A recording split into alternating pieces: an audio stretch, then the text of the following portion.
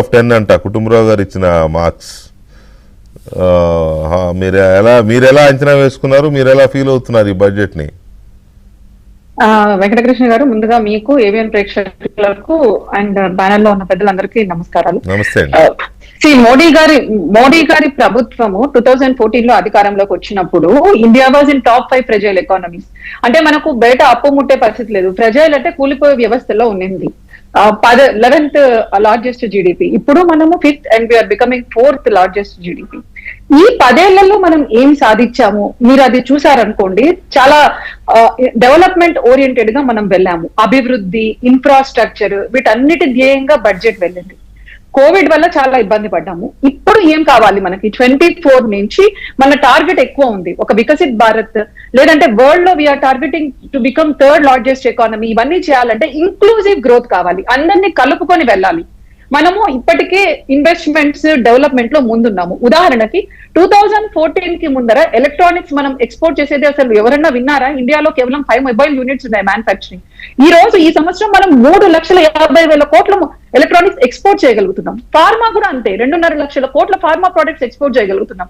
Defence అప్పుడు import మాత్రమే చేసుకున్నాం, ఇప్పుడు ఎక్స్పోర్ట్ చేస్తున్నాం. సో మనం ప్రొడక్షన్ లో, ఇన్ఫ్రాస్ట్రక్చర్ లో, ఇప్పుడు నేను యూరోప్ కి వెళ్ళండి, నేను కంట్రీకి వెళ్ళాను, అక్కడ ఈ ఫోన్ పే ఇదేం పనిచేయట్లేదు. ఈ రోజు యూపీఐస్ కావచ్చు, కాంటాక్ట్ లెస్ ఇంటర్నెట్ బ్యాంకింగ్ ద్వారా 200 లక్షల కోట్ల లావాదేవీలు జరుగుతున్నాయి.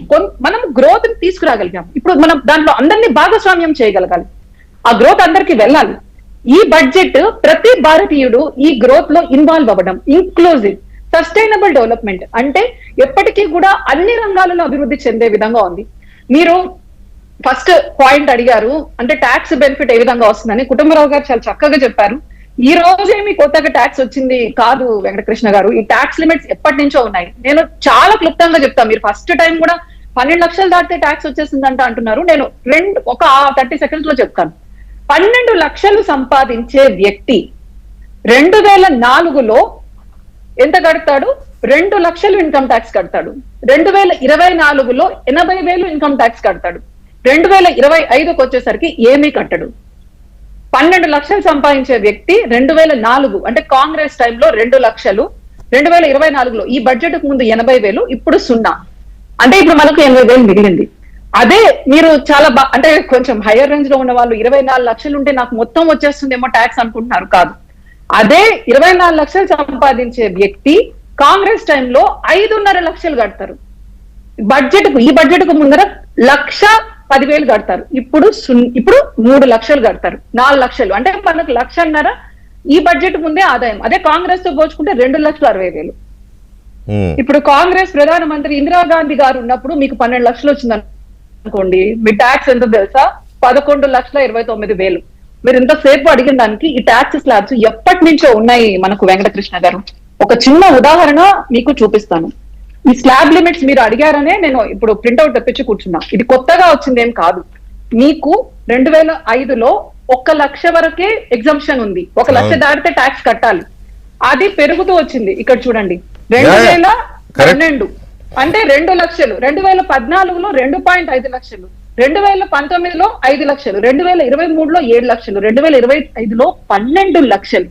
ఇక్కడ ఇంకొక ముఖ్యమైన విషయం ఏంటంటే 22-23 సంవత్సరానికి కాను మొత్తం ట్యాక్స్ రిటర్న్స్ ఫైల్ అయింది 7.5 కోట్ల మంది అయితే, దాంట్లో 5.5 కోట్ల మంది నో ట్యాక్స్, మాకు ట్యాక్స్ అవసరం లేదు అని కట్టారు. ఇప్పుడు 12 లక్షలు మనం తీసుకున్నాం అనుకోండి, దాదాపు 85% ట్యాక్స్ పేయర్స్ వస్తారని అంచనా. అంటే వినోద్ గారు ఇక్కడ పాయింట్ ఏంటంటే మీరు చెప్పింది 15% వదిలేస్తే 85% ట్యాక్స్ పేయర్స్ చేతిలో డబ్బులు పెడుతున్నారు. మీరు చెప్పింది కాదు, మీరు చెప్పింది కన్విన్సింగ్ గా ఉంది. నాకు కూడా అర్థమైంది. మధ్యాహ్నమే నేను దాన్ని స్టడీ చేసి నేను అర్థం చేసుకున్నాను.